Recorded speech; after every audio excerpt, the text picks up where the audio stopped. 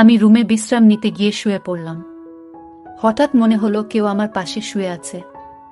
চোখ খুলতেই দেখি শ্বশুর আমার পাশে শুয়ে আছেন। তাকে দেখে আমি হতবাক হয়ে গেলাম। শ্বশুর আবার ভুলে গেলেন যে আমি তার বউ নই, আমি তার ছেলের বউ। আমি তাড়াতাড়ি নিজেকে মুক্ত করে বললাম, আমি আম্মুজি নই। কিন্তু তিনি নিজের আবেগে মগ্ন ছিলেন। এত বয়সে এসে তার এই উত্তেজনা দেখে আমি হতবাক হয়ে গেলাম। তারপর তিনি আমার হাত ধরে টেনে নিলেন। তারপর শ্বশুর বললেন, আমি তোমার সৌন্দর্য দেখে মুগ্ধ হয়েছি। বুঝলাম তিনি ভুলে গেছেন তিনি কার সাথে আছেন। তারপর আমার সাথে যা হলো তা কখনো কল্পনাই করতে পারিনি। আমার নাম লায়লা। আমি অনেক সুন্দর দেখতে, শরীরের গঠন আর নাই বা বললাম। একটু স্বাস্থ্যবান হওয়ায় আমাকে নাকি আরো বেশি সুন্দর লাগে, এটা সবাই বলতো। আমার গল্পগুলো তোমরা শুনো, কিন্তু সাবস্ক্রাইব করো না। দয়া করে গল্পগুলো ভালো লাগলে ভিডিওটি লাইক, শেয়ার এবং চ্যানেলটি সাবস্ক্রাইব করো প্লিজ। আমার স্বামী বাইরে কাজ করতেন এবং বাড়ি ফিরে বিশ্রাম নিতেন। গত কয়েকদিন ধরে গৃহস্থালির কাজের চাপে আমি খুব ক্লান্ত ছিলাম। আমরা নববিবাহিত আর আমার স্বামী সদ্য চাকরি পেয়েছেন। তিনি আমাকে তার সাথে বাইরে থাকার জন্য নিয়ে যেতে চেয়েছিলেন, কিন্তু বিয়ের খরচের কারণে আমি তাকে বলেছিলাম স্থায়ী হওয়ার পরে যেন আমাকে নিয়ে যায়। আমার স্বামী কাজে চলে যাওয়ায় আমাদের পরিবারও তাকে ছেড়ে চলে যেতে হয়েছিল। শ্বশুরবাড়ির সবাই অন্য শহরে থাকতেন। এই বাড়িটি আমার স্বামীর নামে ছিল এবং আমাদের বিয়ের পর আমরা এটি কিনেছিলাম। বিয়ের 1 সপ্তাহ পরে শ্বশুর শাশুড়ি আমাদের বাড়ি ছেড়ে চলে যান। আজ আমার স্বামী বাইরে আর আমি একা। তিনি তার বাবা মাকে আমাদের বাড়িতে রেখেছিলেন যাতে তারা আমার সাথে থাকতে পারে। ক্লান্ত হয়ে রেল স্টেশন থেকে ফিরে আমি রুমে বিশ্রাম নিতে গিয়ে শুয়ে পড়লাম। হঠাৎ মনে হলো কেউ আমার পাশে শুয়ে আছে। আমার আতঙ্কে চোখ খুলতেই দেখি শ্বশুর আমার পাশে শুয়ে আছেন। তাকে দেখে আমি হতবাক হয়ে গেলাম। তার উপস্থিতি আমার কাছে অদ্ভুত মনে হলো, কিন্তু তিনি স্বাভাবিকভাবেই বললেন, সুমনা, তুমি খুব ক্লান্ত, আরামে ঘুমাও। আমি তাড়াতাড়ি বললাম, বাবা, আমি সুমনা নই, আমি লয়লা, আপনার ছেলে রিপনের বউ। তাড়াতাড়ি দরজার কাছে গিয়ে আওয়াজ করতে লাগলাম। শ্বশুরবাড়িতে শ্বশুরের এভাবে আসাটা খুব অদ্ভুত লাগছিল। হঠাৎ আমার শাশুড়ি ঘরে ঢুকে জানতে চাইলেন, তোমার শ্বশুর এখানে কি করছেন? তারপর বিব্রত হয়ে বললেন, তোমার শ্বশুর স্মৃতিভ্রংশে ভুগছেন, তাই হয়তো ভুল করে এখানে এসেছেন। আমি তখনই স্বস্তি পেলাম। শ্বশুরের ভুল বোঝার কারণে এই ঘটনা ঘটেছে, যা আমার কাছে ভয়ানক ছিল। এটি অন্যায় ছিল, কিন্তু আমার শ্বশুর স্মৃতিভ্রষ্টতার কারণে ভুল করে আমার রুমে এসেছিলেন। আমি দরজা বন্ধ করিনি, কারণ আমরা দুজনেই এই বাড়িতে একা থাকতাম। আমি আবার শুয়ে পড়লাম, কিন্তু ঘুমাতে পারছিলাম না। আমার স্বামী এখন বাইরে থাকে, তাই আমাকে শ্বশুর শাশুড়ির সাথে থাকতে হয়। প্রায় 2-3 মাস ধরে আমি একাই ছিলাম। সদ্য বিবাহিত হওয়ায় স্বামীর ইচ্ছা মেনে নেওয়া ছাড়া আর কোনো উপায় ছিল না। আমার স্বামীর পরিবার আমাদের বাড়িতে এলো। আমার শ্বশুর স্মৃতিভ্রষ্ট ছিলেন, যা আমাকে চিন্তিত করেছিল। এতদিন আমি জানতাম না, কিন্তু এখন বুঝতে পারলাম তার সাথে থাকা কঠিন হবে। বিয়ের পর পুরো 1 সপ্তাহ শ্বশুর শাশুড়ি আমাদের বাড়িতে ছিলেন। সেই সময় শ্বশুরের অসুস্থতার কোনো লক্ষণ দেখিনি, কিন্তু স্বামী চলে যাওয়ার পর তার স্মৃতিভ্রষ্টতা প্রকাশ পেল। এ অবস্থায় তার যত্ন নেওয়া কঠিন হবে। সারা রাত এভাবে ভাবতে ভাবতে সকালে রান্নাঘরে গেলাম নাস্তা করতে। তখনই শ্বশুর এসে হাত জোট করে দাঁড়ালেন। আমি চিন্তিত হয়ে বললাম, কি ব্যাপার বাবা, এভাবে হাত জোট করে দাঁড়িয়ে আছেন কেন? শ্বশুর বললেন, রাতে আমি ভুলে গিয়েছিলাম কোনটা আমার রুম আর কোনটা আমার বউয়ের। খুবই লজ্জিত। আমি যদি জানতাম এমনটা হতো না। ভবিষ্যতে যদি ভুল করি ক্ষমা করবেন। আমি বললাম, বাবা, আপনি আমার বর, যা হয়েছে ভুলে যান। এরপর তাকে বাইরে পাঠিয়ে চা নিয়ে আসলাম। আমারও খারাপ লাগছিল, কিন্তু শ্বশুরকে বিব্রত দেখে বুঝলাম আমারও ভুল ছিল। আমরা সবাই মিলে নাস্তা করলাম। তবে আমি আমার স্বামীকে খুব মিস করছিলাম। তিনি প্রতি কয়েক ঘন্টা পর পর ফোন করতেন। শাশুড়িও আমাকে খুব ভালোবাসতেন। আমাদের দিনগুলো ভালোই যাচ্ছিল। শ্বশুর শাশুড়ির আচরণে আমি অনেক হাসতাম। এটা একটা মজার ঘটনা ছিল। যখন আমার স্বামী ফোন করলেন, আমি বললাম, শ্বশুর শাশুড়ির সাথে থাকায় আমি একাকিত্ব অনুভব করছি না। তিনি বললেন, এজন্যই তাদের এখানে রেখে গেছেন। একদিন বিকেল 5টা, গরমের দিনে আবহাওয়া ভালো ছিল। আমি কিছুটা বাতাস নিতে বারান্দায় গেলাম। দোলনায় বসে মোবাইল ব্যবহার করছিলাম। হঠাৎ শ্বশুর এসে বললেন, তোমার হাত অনেক সুন্দর, তুমি অনেক সুন্দর, তোমাকে আগের মতোই সুন্দর লাগছে। এটা শুনে আমি লজ্জা পেলাম এবং উঠতে চাইলাম। তিনি আমার হাত ধরে টেনে নিলেন। আমি রেগে বললাম, বাবা আপনি কি করছেন? তিনি হেসে বললেন, লায়লা, আমি তোমার সাথে রোমান্স করব না? তোমার সৌন্দর্য দেখে মুগ্ধ হয়েছি। বুঝলাম তিনি ভুলে গেছেন তিনি কার সাথে আছেন। শ্বশুর আবার ভুলে গেলেন যে আমি তার বউ নই, আমি তার ছেলের বউ। আমি তাড়াতাড়ি নিজেকে মুক্ত করে বললাম, আমি আম্মুজি নই। কিন্তু তিনি নিজের আবেগে মগ্ন ছিলেন। এত বয়সে এসে তার এই উত্তেজনা দেখে আমি হতবাক হয়ে গেলাম। এই সময় মা ঠান্ডা হাওয়া খেতে খেতে বারান্দায় এসে জিজ্ঞেস করলেন, কি ব্যাপার, কোনো সমস্যা আছে? আমি উত্তর দেওয়ার আগেই মা শ্বশুরের হাত ধরে তাকে ছাদ থেকে নামিয়ে নিলেন। তিনি বললেন, শ্বশুরের দিনে কয়েকবার এমন খিঁচুনি হয়। পরের দিন রিপন ফোন করল। আমি তাকে বিষয়টি বলতে চাইলাম, কিন্তু মা এসে বললেন, তুমি তোমার বাবার কর্মকাণ্ডের কথা বলো। শ্বশুর জানতেন যে আমার স্বামী প্রতিদিন সন্ধ্যা 4টায় ফোন করে। শ্বশুর মোবাইল নিয়ে আসলেন এবং রিপনের সাথে কথা বলার সময় তাকে কথোপকথনে জড়িয়ে ফেললেন। অনেকক্ষণ পর যখন শ্বশুর ফিরলেন, তখন আমি রিপনের সাথে কথা বলার সুযোগ পেলাম না। মা বললেন, কেন কল কেটে দিল? এরপর বললেন, রিপনের একটি গুরুত্বপূর্ণ মিটিং আছে, রাতে ফোন করবে, তখন কথা বলো। সারা রাত অপেক্ষা করেও রিপনের কল পেলাম না। আমার শাশুড়ি পাশে বসে টিভি দেখছিলেন। তিনি বললেন, বৌমা, তোমার বাবার কাজের সঙ্গে রিপন এর কোনো সম্পর্ক নেই। দয়া করে তাকে এ বিষয়ে কিছু বলো না, নইলে সে টেনশনে পড়ে যাবে। আমি সময় মতো ওষুধ দিচ্ছি, তোমার বাবা তাড়াতাড়ি সুস্থ হয়ে উঠবে। আমি বিভ্রান্ত হয়ে মায়ের দিকে তাকালাম।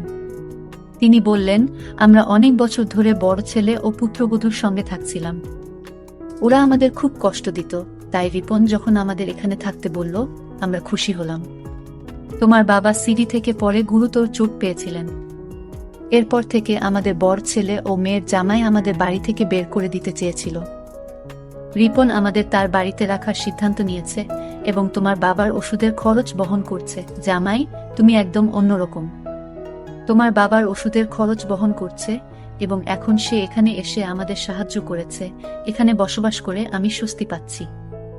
আগে ভয় ছিল যে রিপন তার ইচ্ছামতো বিয়ে করে বর পুত্রবধূর মতো কাউকে নিয়ে আসবে, কিন্তু তোমার সঙ্গে থেকে এখন স্বস্তি পাই। ছেলেটাও ভালো আর মেয়ের ভালো, তাই রিপনকে কিছু বলবেন না, যেন চিন্তিত না হয়। তোমার বাবার অবস্থা আগের থেকে ভালো, কিন্তু রিপন তার বাবা মায়ের প্রতি খুব সদয়। তিনি আমাদের সমস্যার সমাধানের জন্য আমাদেরকে তার বাড়িতে নিয়ে এসেছেন। যদি বলো তোমার বাবার খিঁচুনি আছে, রিপন কষ্ট পাবে এবং হয়রানি করবে। আমাদের সে ছাড়া আর কোনো সাপোর্ট নেই। আমরা ছোট ছেলে বাড়ি থেকে বের হলে কোথায় যাব? শ্বশুর শাশুড়িকে এই বৃদ্ধ বয়সে কোথায় নিয়ে যাব? মায়ের কথা শুনে মন ভেঙে যায়। বড় ছেলে ও পুত্রবধূর অবহেলার কারণে শ্বশুর শাশুড়ি তাদের বাড়ি ছেড়ে চলে এলেন। আমি শ্বশুর শাশুড়ির কষ্ট বুঝি, কারণ আমার বাবা মাও চলে গেছেন। রিপন এর বাবা মায়ের প্রতি ভালোবাসা দেখে খুব খুশি হই। শ্বশুরের নানা কাজ আমাকে দুশ্চিন্তায় ফেলত। কখনো তিনি আমার কাছে আসতেন, কখনো কোলে নিয়ে যেতেন, কখনো প্রশংসা করতেন, যা আপত্তিকর মনে হতো। তিনি আমাকে নিবিড়ভাবে তাকিয়ে দেখতেন, আমার ঘরে প্রবেশ করার চেষ্টা করতেন, আর আমাকে তার স্ত্রী মনে করে অদ্ভুত কাজ করতেন। মাও আমাকে নিষেধ করলেন, তাই আমি মাকে জিজ্ঞেস করলাম, বাবাজি কি ওষুধ খাবেন? পাপাজির স্মৃতিভ্রংশতা বেড়েই চলেছে। সবচেয়ে কষ্টের বিষয় ছিল শ্বশুরমশাই শুধু তার স্ত্রীর ব্যাপারে ভুলে যেতেন, বাকি সবকিছু মনে রাখতেন। অনেক সময় ইচ্ছাকৃতভাবে তার ব্যক্তিগত জিনিস লুকিয়ে রাখতাম, কিন্তু তুচ্ছ জিনিসও তিনি মনে রাখতেন। তিনি শুধু আম্মুকে ভুলে যেতেন, আমাকে মা ভাবতেন না। মনে হতো তিনি স্মৃতিভ্রষ্টতায় ভুগছেন না। যদি ইচ্ছাকৃতভাবে করতেন, তবে তাকে সহ্য করতাম না। স্বামীর চলে যাওয়ার পরে 3 মাস অনেক কষ্টে শ্বশুর শাশুড়ির সাথে কাটিয়েছি। রুমের দরজা বন্ধ করে ঘুমাতাম এবং সারাদিন মুখোমুখি না হওয়ার চেষ্টা করতাম। একদিন দুপুরে দরজায় তালা লাগাতে দেখলাম দরজাটা ভাঙা। চিন্তিত হলাম, কারণ সকাল পর্যন্ত দরজার তালা ঠিক ছিল। বিকালে ঘুমানোর সময়ও আমি সবসময় রুমের তালা লাগিয়ে রাখতাম, কিন্তু আজ তালাটা নষ্ট হয়ে গেছে। কোনোভাবে দরজাটা ঠিকমতো বন্ধ করেছিলাম। রাতে ঘুমাতে গেলাম, কিন্তু দরজা খোলা থাকায় ঘুমাতে পারছিলাম না। রাত 3টায় ঘুমিয়ে পড়লাম। সকাল 6টায় ঘুম ভাঙল। অবাক হয়ে দেখলাম আমার স্বামীর বদলে শ্বশুর আমার বিছানায়। আমি শ্বশুরকে জাগালাম, কিন্তু তিনি আমাকে সুন্না বলে ডাকতে লাগলেন এবং আমাকে জড়িয়ে ধরার চেষ্টা করলেন।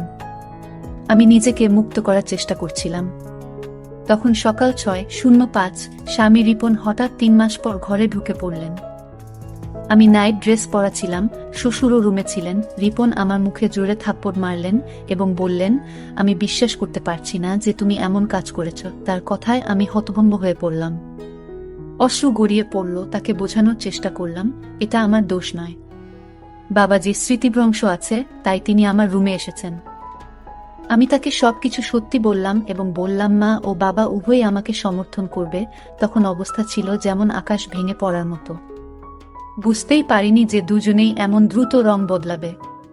তখন শাশুড়ি কাঁদতে দেখে বলেছিলেন, রিপন, আমি তো তোমাকে আগেই বলেছিলাম তোমার স্ত্রী চরিত্রহীন। ওর আচার ব্যবহার খুব খারাপ। আমি অনেকদিন ধরে তোমাকে বলছি যে তোমার স্ত্রী তোমার বাবাকে পটানোর চেষ্টা করছে, সে তোমাকে ছাড়া থাকতে পারছে না, তাই এমন করছে। শাশুড়ি মা আরও বলেন, ও তোমার বাবার নয়, তোমার স্ত্রীরই দোষ। এই মেয়েটা খারাপ। মা তখন কান্নায় ভেঙে পড়লেন, আর আমি তাকিয়ে দেখছিলাম কতটা সহজে মিথ্যা বলছে সে। শ্বশুর বলল, তোমার স্ত্রী আমাকে প্রলুব্ধ করেছে।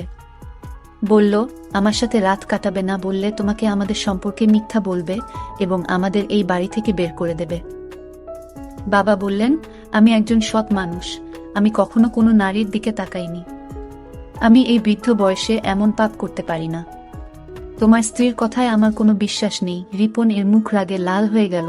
সে কিছু না বলে আমার হাত ধরে বলল, তুমি আমার মা বাবাকে কষ্ট দিচ্ছ। তোমার লালসা পূরণ হচ্ছে না বলে আমার টার্গেট হয়ে গেছ। গত 2 মাস ধরে আম্মু আমাকে প্রতিদিন ফোন করে তোমার কিছু ছবিও পাঠিয়েছে, কিন্তু আমি আম্মুর কথা বিশ্বাস করিনি। আমার বিশ্বাস ভেঙে দিয়েছ। আজকে আমার সব ভুল ভেঙে গেল। মা বারবার বলার পরেও আমি যদি না আসতাম তাহলে কিছুই জানতাম না। আমি স্বামীর পায়ে ধরে বললাম, তুমি জানো তোমার বাবা স্মৃতিভ্রষ্টতায় ভুগছেন। তিনি সকালে এক শূন্যতা থেকে আমার রুমে আসেন, আমাকে মা মনে করেন। আজও তেমন কিছু হয়েছে। আমি জানি না মা তোমাকে কি বলেছে, কিন্তু বিশ্বাস করো, আমি চরিত্রহীন নই। তোমার বাবাকে আমি নিজের বাবার মতো দেখি, তার সাথে খারাপ কিছু করব কেন? রিপন বলল, আর কিছু শুনতে চাই না। সব শেষ। আমি বললাম, ভগবানের দোহাই, এসব বলো না, আমার সংসার ভেঙে যাবে। আমি মা বাবাকে অনুরোধ করেছি সত্যি বলার জন্য, কিন্তু কেউ কিছু বলল না। তিনি বললেন, আমি এমন কিছু করছি না। আমার স্বামীকে প্রতারণা করিনি। তোমার বাবার সাথে সম্পর্ক থাকা মানে আরও লোকের সাথেও সম্পর্ক থাকতে পারে। আমি কখনোই তোমাকে বোকা বানাইনি। আমার স্বামী বলল, তুমি বারবার বোকা বানানোর চেষ্টা করছো। আমি আর বোকা হব না। বাবার মিথ্যা কথা বলার রোগ নেই। রিপন চুপচাপ ছিল। তারপর বলল, তুমি এখান থেকে চলে যাও। স্বামী আমাকে ধাক্কা দিয়ে বাড়ি থেকে বের করল। আমি মাথা ঘুরে পড়ে গেলাম। জ্ঞান ফিরলে দেখি আমি হাসপাতালের বিছানায়। আমার বিধবা বোন পাশে বসেছিল। স্বামীর সাথে সুখ না পেয়ে বোনের দুঃখ ভাগ করে নিচ্ছিলাম। আমার বোন আমাকে বলল, তুমি কি করেছ? আমি বললাম, কিছু না। বোন বলল, আমি সব জানি। শ্বশুর শাশুড়ি তোমার বিরুদ্ধে ষড়যন্ত্র করেছে। তুমি কান্না থামাও, তারপর সব খুলে বলো। আমি সব খুলে বললাম আমার বোনকে। সব শুনে সে বলল, তুমি এতটা বোকা কেন হলে? এতদিন চুপ করে সহ্য করলে কেন? তোমার স্বামীকে বললে না কেন? তোমার শ্বশুরবাড়ির লোকেরা কেন এমনটা করছে? আমি জানতাম না কি করতে হবে। রিপন আমাকে বাড়ি থেকে বের করে দিয়েছে। দিদি বলল, এমন লোকের সাথে থাকার কোনো মানে নেই যে তোমাকে বিশ্বাস করে না। তোমার শাশুড়িও খারাপ ব্যবহার করেছে। প্রায় 1 সপ্তাহ পর রিপন ডিভোর্স পেপার পাঠাল। আমি জানতে চাইলাম আমার শ্বশুর শাশুড়ি কেন এমন করছে। আমি আমার ছোটবেলার বন্ধুকে বললাম, সত্যিটা জানার জন্য শ্বশুরবাড়িতে যে কাজের মেয়ে হিসেবে ঢুকে সব দেখে আসো। সে রাজি হলো। পরের দিন সে কাজের মেয়ে হিসেবে শ্বশুরবাড়িতে ঢুকল। আমার শাশুড়ি তখন একা ছিল এবং তাকে সাহায্য করার জন্য কাউকে খুঁজছিল। বন্ধুটি বলল, সে সব কাজ করবে। কাজের মেয়েটি আমার শ্বশুরবাড়িতে ঢুকে সবার আস্থা অর্জন করে এবং ঘরের সব খবর রাখতে শুরু করল। সে জানতে পারল যে আমার স্বামী এখন আর বাইরে কাজ করেন না, বরং একই শহরে আছেন। 2 শূন্য দিন কেটে গেল। আর আমার বন্ধুর সব শোনার পর শ্বশুরবাড়ির সব কথাবার্তা আমাকে জানাল। আমি বুঝতে পারলাম আমার সঙ্গে খারাপ আচরণের কারণ হলো আমার স্বামীর বড় ভাইয়ের বউয়ের কঠোর স্বভাব। শাশুড়ি বললেন বড় ছেলের স্ত্রী খুব খারাপ এবং লোভী ছিল, আর আমার শ্বশুর শাশুড়ির উপর অনেক অত্যাচার করেছে। শ্বশুর মশাই অনেক কিছু জানলেও তার ছেলে কিছু বলেনি। আমার স্বামী ছিল আলাদা। তিনি শহরে থাকতেন এবং নিজের উপার্জিত অর্থে আলাদা বাড়ি কিনেছিলেন। পরে বাইরে কাজ করতে গিয়েছিলেন। শ্বশুর মশাই যখন বুঝলেন যে ছোট ছেলে অনেক উন্নতি করেছে, তখন শ্বশুরবাড়ির লোকজনকে বললেন কোনোভাবে আমার ছোট ছেলের বাড়িতে ঢুকে তার বউকে বের করে দাও, আর তারপর আমাদের সেখানে নিয়ে যাও। এভাবেই তারা আমার বিরুদ্ধে ষড়যন্ত্র শুরু করলো। তারা আমাকে দোষারোপ করে সমাজে অপদস্থ করার পরিকল্পনা করল। তাদের লক্ষ্য ছিল আমার স্বামীকে প্রভাবিত করে বাড়িটি তাদের নামে করিয়ে নেওয়া। বড় ভাইয়ের বউ এবং ভগ্নিপতি খুব লোভী হয়ে পড়েছিল এবং তারা এই বাড়ি নিজেদের নিয়ন্ত্রণে নিতে চেয়েছিল। তবে তারা জানত না সম্পত্তি হস্তান্তর এত সহজ নয়। আমার দৃঢ় বিশ্বাস ছিল একদিন না একদিন তাদের সত্য প্রকাশ পাবে। শ্বশুর শাশুড়ি যা করছিলেন তা বড় ছেলের বউয়ের নির্দেশে হচ্ছিল। শ্বশুর শাশুড়ি ভয়ে ছিলেন, আর বড় বউ তার স্বামীকে এই পথে টেনে নিয়ে এসেছিলেন। এরপর শ্বশুর শাশুড়ি আমার বিরুদ্ধে নানা ষড়যন্ত্র শুরু করেন। তাদের উদ্দেশ্য ছিল আমাকে শারীরিক ও মানসিকভাবে দুর্বল করে ব্ল্যাকমেইল করা, যাতে বাড়ির কাগজপত্র তারা হাতিয়ে নিতে পারে। শ্বশুর মশাই প্রমাণ সংগ্রহ করছিলেন আমাকে ফাঁদে ফেলার জন্য। তারা চেয়েছিলেন আমার স্বামী আমাকে বিশ্বাস না করে বাড়ি থেকে বের করে দিক, যাতে ছোট ছেলের বাড়ি রক্ষা করতে পারেন। শাশুড়ি আমার ভিডিও আমার স্বামীর কাছে পাঠিয়েছিলেন আমাকে অপদস্থ করতে। শেষে তারা আমার ভিডিও ব্যবহার করে আমাকে ব্ল্যাকমেইল করার চেষ্টা করল, কিন্তু আমার স্বামী সত্য জানতে পেরে তাদের ফাঁদে পা দেয়নি। সব বলে ছেলের বাড়ি বাঁচিয়েছে, কিন্তু এখন আমার স্বামীর প্রতি বিশ্বাস উঠে গেছে। আমি আর ফিরে যেতে চাই না। সত্য কখনো লুকিয়ে থাকে না। আমি জানি একদিন না একদিন আমার স্বামী এসে ক্ষমা চাইবে। আমার শ্বশুর শাশুড়ি সব শুনে কেঁদে বললেন আমরা বড় ছেলের স্বার্থে ছোট ছেলের সঙ্গে অনেক অন্যায় করেছি। কিছুদিন পর আমার শ্বশুর তার ছেলে রিপনকে পুরো সত্য বললেন, কিভাবে বড় ভাই এবং তার বউ তাকে হয়রান করত। 1 মাস পর আমার স্বামী এসে ক্ষমা চাইল, যদিও আমাদের ডিভোর্স হয়ে গিয়েছিল। সে বলল তোমার বোন যা বলেছিল তা সত্যি, তুমি আমাদের বাড়িতে ফেরত এসো। সম্পর্ক শেষ হয়ে গেছে, কারণ বাবা মা সবকিছু বলেছে।